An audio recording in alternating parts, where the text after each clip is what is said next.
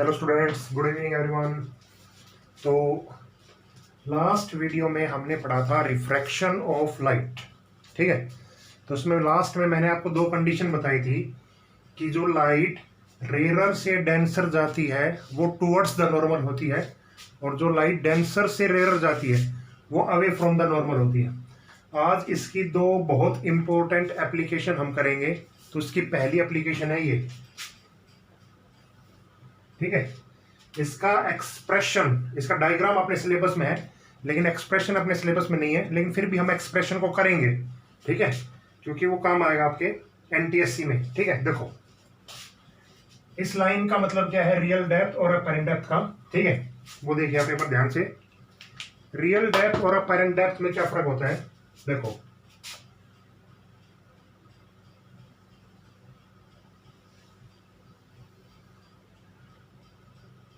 ये इस तरह का हमने कंटेनर बनाया भाई। ठीक है, मतलब ये एक्चुअल में क्या चीज़ है, अगर मैं आपको फिजिकली बताऊं तो, प्रैक्टिकली बताऊं तो, कि जैसे स्विमिंग पूल वगैरह आप देखते हैं, स्विमिंग पूल, ठीक है, तो जो उसमें बॉटम होती है, बॉटम, ठीक है, वो एक्चुअल में ज़्यादा डीप में होती है लेकिन हमें दिखाई कैसे देती है, कम डीप में दिखाई देती है। ठीक है, तो क्वेश्चन इस तरह के आते हैं, ठीक है, कि ए पुल है जो वो ठीक है, पुल में पानी है लेकिन उसका बॉटम पे हमने सिक्का डाल दिया तो वो सिक्का उठा हुआ दिखाई देता है। ऐसा क्यों होता है, तो due to refraction of light. ठीक है, वही एप्लीकेशन हम करने जा रहे हैं अब। ठीक है, देखिए मान लेते हैं इसमें वाटर है,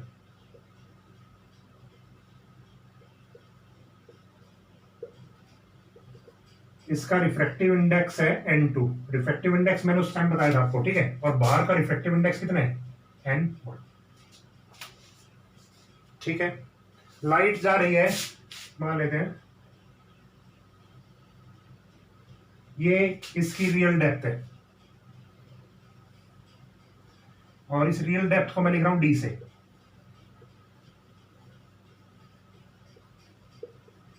ठीक है, इसके बाद आप देखिए, मान लेते हैं लाइट किसी टाइम डेंसर से चल रही है अब ये, ठीक है, और हमारी आंख यहां पे है,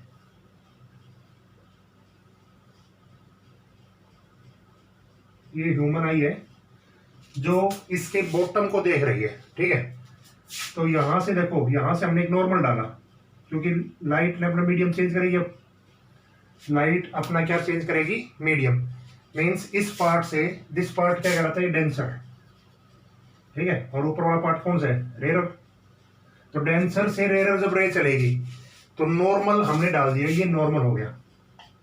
तो इस नॉर्मल से कैसे चलेगी, अवे फ्रॉम द नॉर्मल। पढ़ा है ना ये हमने क्लास टाइम। ठीक है, कैसा होगा ये, अवे फ्रॉम द नॉर्मल। तो ये इसका अवे हो गया। ठीक है, तो ये वाला एंगल कितना हुआ, दिस एंगल इज आई, क्योंकि अंदर से चल रही है अपने, और ये वाला बाहर वाला एंगल कितना हो गया, आर। क्लियर।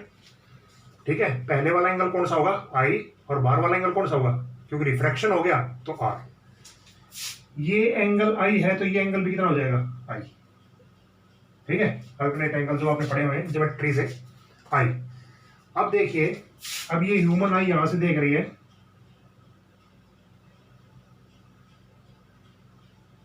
तो रे ऑफ लाइट में हमने सबसे पहली चीज यही पढ़ी है कि कोई भी लाइट बेंट नहीं होगी। ठीक है, वो जो बेंट होगी तो सीधी दिखाई देगी हमें। तो जब ये ह्यूमन आई इसको देखेगा तो इसको ये लाइट कुछ ऐसी दिखाई देगी, सीधी, और ये उसकी जो डेप्थ दिखाई देगी उसको, वो डेप्थ हमने मान ली डी डैश। मतलब इसका जो बॉटम है आंख के लिए, जो इसका बॉटम है ये यहां दिखाई देगा, मतलब एक्चुअल बॉटम यहां था लेकिन ह्यूमन आई के लिए जो बॉटम है ये यहां दिखाई देगा। क्यों, ड्यू टू रिफ्रैक्शन। तो इस डी डैश को मैं मान लेता हूं अपेरेंट डेप्थ, जो हमें महसूस हो रहा है, जो हमें देख रहे हैं, इस चीज को हम क्या कहते हैं, अपेरेंट डेप्थ। ठीक है, अब इन दोनों के बीच में हमें रिलेशन देखनी है, रिलेशन। इन दोनों के बीच में हमें क्या देखनी है, रिलेशन, कि रिलेशन इन दोनों के बीच में क्या है। तो आप थोड़ा सा ध्यान दीजिए, देखो ये डिस्टेंस को मैं मान, देखो डायग्राम केवल इतना ही है। ठीक है, जब बोर्ड में डायग्राम आएगा तो बोर्ड में डायग्राम आपको ऐसा ही बनाना पड़ेगा, ठीक है। ये हमने एक रिलेशन निकाल रहे हैं हम, ये हमने एक परपेंडिकुलर डाला, ये परपेंडिकुलर है, ठीक है। ये मैंने रख लो ए बी सी डी, ठीक है, ए बी सी डी, कोई दिक्कत नहीं है, ठीक है। इसमें ये वाली वैल्यू आप मान लो x है, दिस वैल्यू इज x। ये एंगल r है तो इसी लाइन पे ये एंगल भी कितना होगा, बाहर की तरफ है वो वाला, तो ये वाला एंगल भी कितना होगा, देखो ट्रायंगल से बाहर की तरफ एक्सटीरियर एंगल, ठीक है, वही चीज है ये, तो वो एंगल भी कितना होगा r, और ये एंगल भी कितना होगा r, ठीक है। अब इसका रिलेशन हम देखना चाहते हैं, देखो यूजिंग स्नेल्स लॉ, सभी में स्नेल्स लॉ यूज करना ही पड़ेगा आपको, ये ध्यान रखना, तभी मैंने बताया था आपको, वो इंपॉर्टेंट चीज है। यूजिंग स्नेल्स लॉ, देखो स्नेल्स लॉ क्या होता है, देखो यहां से चलो आप साइन आई से, देखो यहाँ पे एंगल आई है और रिफ्रैक्टिव इंडेक्स कितना है, तो स्नेल्स लॉ क्या कहता है, n2 sine i is equal to, बाहर क्या है n1 और एंगल कितना है r। अगर बाहर एंगल आई होता तो n1 साइन आई और अंदर एंगल r होता तो n2 साइन r, ठीक है, जैसे हमने पहले में किया है, ठीक है। कभी आप इसको लेके कंफ्यूज हो जाओ, ठीक है। तो दिस इज n2 साइन आई अंदर वाला, बाहर वाला देखो n1 साइन r, ये इक्वेशन बन गई आपके पास, ठीक है। अब अगली चीज देखो n2 साइन आई और n1, एयर का रिफ्रैक्टिव इंडेक्स हमेशा कितना होता है, 1 बताया मैंने, यहां से क्या आ जाएगा साइन r, ठीक है। और n2 की वैल्यू कितनी आ जाएगी, साइन r अपॉन में साइन आ गई है। अब n1 नहीं है, ठीक है, तो हम खाली इसको क्या लिखते हैं, n लिख सकते हैं, खाली ऐसा लिखता हूं मैं, ठीक है। इसको इक्वेशन रख लो 2, इतना काम आप समझ गए होंगे, ठीक है, ये चीजें आप समझ रहे होंगे, ठीक है। इसके बाद आगे देखिए आप, अब एक चीज आपको परमानेंटली याद रखनी है, +2 में आपकी आएगी वैसे ये, ठीक है, 4 स्मॉल एंगल्स, जब एंगल बहुत छोटे छोटे हो, ठीक है, आंख के लिए हमेशा एंगल छोटे होते हैं, ये ध्यान रखना, ठीक है। आंख के लिए एंगल है हमेशा छोटे होते हैं, तो उनके लिए हम क्या लिख सकते हैं, साइन आई को nearly equal to tan i और साइन आर को nearly equal to tan r, mean sine theta को हम नियरली इक्वल टू किसके लिख सकते हैं, टेन थीटा के, ठीक है, फॉर ह्यूमन आई, आंख के लिए केवल, ठीक है, क्योंकि हम आंख से देख पा रहे हैं इन चीजों को, ओके। अब देखो दो ट्रायंगल में ले रहा हूं, ट्रायंगल ए बी डी और triangle A C B C D, नहीं ए बी सी, इस वाले ट्रायंगल में देखो आप, इस वाले ट्रायंगल में टेन, देखो टेन आर कितना है बताओ मुझे, टेन आर होता है परपेंडिकुलर अपॉन में बेस, एक्स अपॉन में कितना हो गया डी डैश, और टेन आई कितना होगा, देखो इसमें टेन आई इस पूरी ट्रायंगल में एक्स अपॉन में टोटल बेस कितना है डी, ठीक है। ये वाली वैल्यू यहां पे रखो आप इक्वेशन 2 में, पुट इन 2, देखो n is equal to sine r की जगह मैं क्या लिखता हूं, टेन आर, और टेन आर की वैल्यू कितनी है, x अपॉन में डी डैश, ठीक है, अपॉन में साइन आई, साइन आई की जगह मैं क्या लिखता हूं, टेन आई, ये क्या हो जाएगा x अपॉन में डी, x से x कैंसिल, ये d ऊपर चला जाएगा, तो अल्टीमेटली हमारे पास रिजल्ट क्या आ जाएगा, d अपॉन में D dash, this is the result, ठीक है। इसका मतलब रिफ्रैक्टिव इंडेक्स जो रिलेशन है रियल डेप्थ और अपेरेंट डेप्थ की, वो रिलेशन अपने पास कितनी आई, जो एक्चुअल डेप्थ है d, ठीक है, वो किसके बराबर है, अपेरेंट डेप्थ इनटू में रिफ्रैक्टिव इंडेक्स,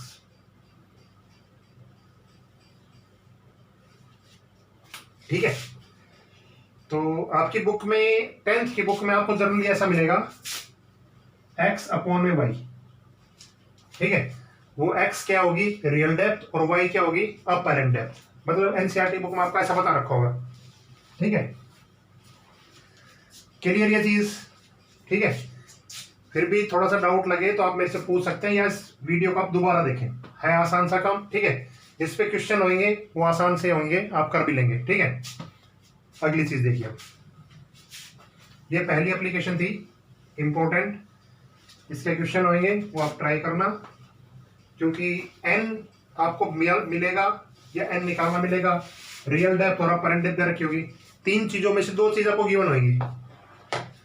अब ये बोर्ड के लिए बहुत इंपॉर्टेंट टॉपिक है भाई। अगला जो टॉपिक हम करेंगे बोर्ड में 5 नंबर का काफी बार आ चुका है, ठीक है।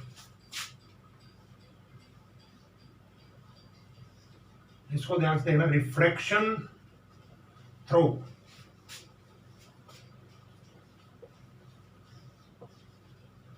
रेक्टेंगुलर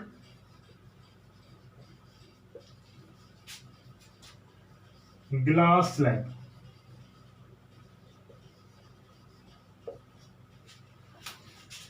ठीक है। अगले केस में क्या कर रखा है, refraction through rectangular glass slab. Theory आप लिखेंगे, डायग्राम से ही थ्योरी लिखनी है, तो डायग्राम आप अच्छी तरह समझे। इसके डायग्राम में आपको कोई गड़बड़ नहीं करनी है, जिसको डायग्राम आ गया उसको लिए सारा काम आसान है, और डायग्राम ही पूछते हैं। तो एक सबसे पहले हमने क्या लिए,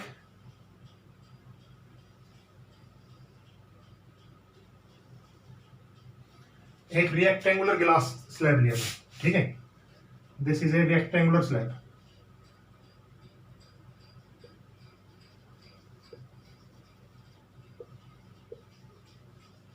ये हमने क्या लिया, एक रेक्टेंगुलर स्लैब, ठीक है।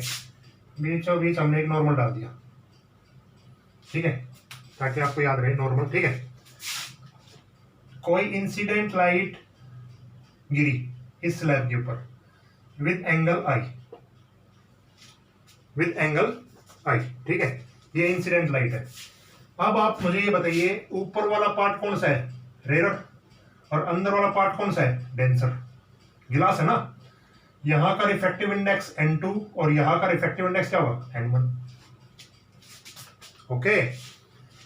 अब रेयर से डेंसर जब रे चलती है ना, तो वो किसकी तरफ चलती है, बेंड टुवर्ड्स द नॉर्मल, और डेंसर से rare away from the normal. तो ये नॉर्मल के साथ साथ चलेंगी, इस तरह चलती नहीं है हमेशा साथ। तो इसके साथ जो एंगल बनेगा नॉर्मल के साथ, वो एंगल क्या होगा, आर, ठीक है। अब यहां पे मैंने एक नॉर्मल और डाल दिया, क्योंकि अब यहां से रे बाहर निकलने वाली है, ना। देखो ये, अब देखो, अब अगला काम देखो, जब ये यहां से बाहर निकलेंगी तो ये पार्ट कौन सा है, डेंसर, और आएंगी कहां पे, रेयर वाले पार्ट में। तो डेंसर से रेयर किस तरह चलेंगी, रे away from the normal. Clear हो गया, ठीक है। तो ये वाला एंगल आर है, तो ये वाला एंगल भी क्या होगा, आर बाय ज्योमेट्री। और इस एंगल को मैं नाम दे रहा हूं ई, और ई का मतलब यहां पे है अमरजेंट रे, ये एक नया नाम है, वैसे याद रख लो, कोई दिक्कत नहीं है। आप I2 भी लिख सकते हैं, ठीक है, I2 भी लिख सकते हैं इसको, लेकिन हमने ई लिख दिया। ई का मतलब होता है निकलने वाली रे, ठीक है। ई का मतलब क्या होता है, निकलने वाली रे, ओके, ठीक है। अच्छा, इसमें छोटी सी चीज हो, देखो, अगर ये ग्लास स्लैब ना होती तो रे किस तरह जानी थी, ये इसकी क्या होती, डायरेक्शन होती, मतलब लाइट की डायरेक्शन कैसी होनी थी, ये सीधी चलनी थी, लेकिन रिफ्रैक्शन के कारण ये क्या होगी, बेंड हो गई। तो ये जो बीच का जो डिस्प्लेसमेंट हुआ है, इस डिस्प्लेसमेंट को हम कहते हैं लेटरल डिस्प्लेसमेंट,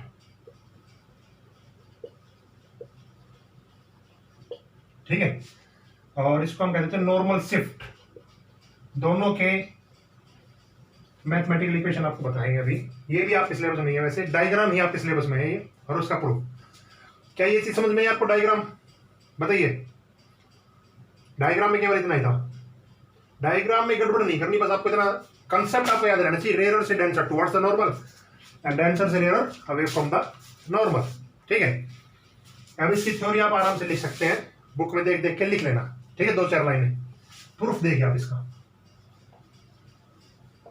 इसके प्रूफ में क्या आएगा, देखो यूजिंग स्नेल्स लॉ, यूज हमें स्नेल्स लॉ ही करना है। देखो किस तरह करेंगे, ऊपर वाले में लगे पहले इस वाले पार्ट पे, ऊपर क्या है n1 sine i is equal to, अंदर क्या है n2 sign, this is equation 1। अब इस नीचे वाले पार्ट पे आप लगेंगे, देखो एंगल r किसके साथ बन रहा है n2 के साथ, तो n2 साइन r, और बाहर की तरफ रेयर में रिफ्रैक्टिव इंडेक्स कितना है n1, और साइन के साथ एंगल कौन सा है E, दिस इज इक्वेशन 2। ये क्या होगा इक्वेशन 2, ठीक है। इन दोनों को इक्वेट कीजिए आप, तो n2 sin r और n2 sin r इन दोनों में एक जैसे हैं, क्या हो जाएंगे कैंसिल आउट, तो इसका मतलब ये दोनों बराबर है, तो ये दोनों भी क्या मिलेंगे आपको इक्वल फ्रॉम 1 and 2, ठीक है। n1 sin E is equal to n1 sin I, n1 से n1 क्या हो गया कैंसिल, और एंगल E जो है वो किसके बराबर आ गया एंगल, बताइए एंगल E जो है वो किसके बराबर आ गया एंगल I के। इसका मतलब क्या है कि ये दोनों रे आपस में कैसी रहेंगी पैरेलल, कैसी रहेंगी पैरेलल, एंगल I और एंगल E दोनों बराबर है, ठीक है। बस ये इसका प्रूफ था छोटा सा, ठीक है। अब इसमें काम की बातें सुनो जल्दी जल्दी। पहली बात, इस डिस्प्लेसमेंट को हम क्या कहते हैं लेटरल डिस्प्लेसमेंट, ठीक है। The distance between incident ray और रिफ्रैक्टेड रे, दोनों के बीच की जो डिस्टेंस है, जो लेंथ बनी है हमें डिस्प्लेसमेंट हुआ है बॉडी का मतलब ये सब लाइट का, वो डिस्प्लेसमेंट क्या कहलाता है लेटरल डिस्प्लेसमेंट, ठीक है। ये इसको नॉर्मल शिफ्ट कह सकते हैं, ठीक है। इनके अगर आप एक्सप्रेशन याद करना चाहो तो डायरेक्ट आप याद कर सकते हैं, ठीक है। एक्सप्रेशन नहीं करना इनका, ठीक है, कोई काम का नहीं है, इसको आप याद कर लो। वैसे देखो सबसे पहले मैं बात करता हूं नॉर्मल शिफ्ट की, दोनों के आप एक्सप्रेशन याद रख लो बस, ठीक है। लिख लेना अपनी कॉपी में,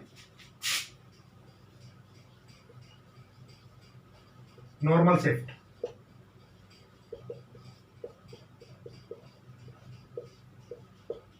टी,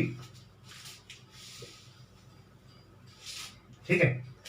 एक्स तो पोजीशन हो गई, ये वाली डिस्प्लेसमेंट नॉर्मल शिफ्ट, 1 - 1 अपॉन में म्यू इंटू टी, टी क्या है थिकनेस, ठीक है। डायग्राम आपको गंदा नहीं करना, नहीं तो वैसे बता रहा हूं मैं, टी क्या है इस रेक्टेंगुलर स्लैब की थिकनेस। तो ये डिस्प्लेसमेंट निकालने का फॉर्मूला क्या आपके पास, ये नॉर्मल शिफ्ट का है ये, ठीक है। इसी तरह लेटरल डिस्प्लेसमेंट का एक फॉर्मूला और होता है, इसका फॉर्मूला होता है X is equal to T thickness sine I minus R upon में कोस आर,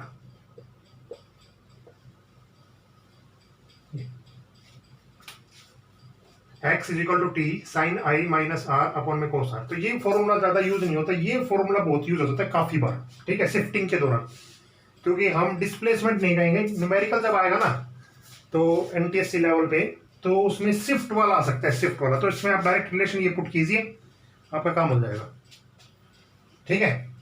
तो इसकी थोड़ी सी थ्योरी आप जरूर लिख लेना, कभी आप ये सोचो कि बस ऐसा ही करना है, ठीक है। थोड़ी सी 2-4 लाइनें ऊपर लिख लेना, ये डायग्राम क्लीनली बनाना बुक से देख के, ठीक है।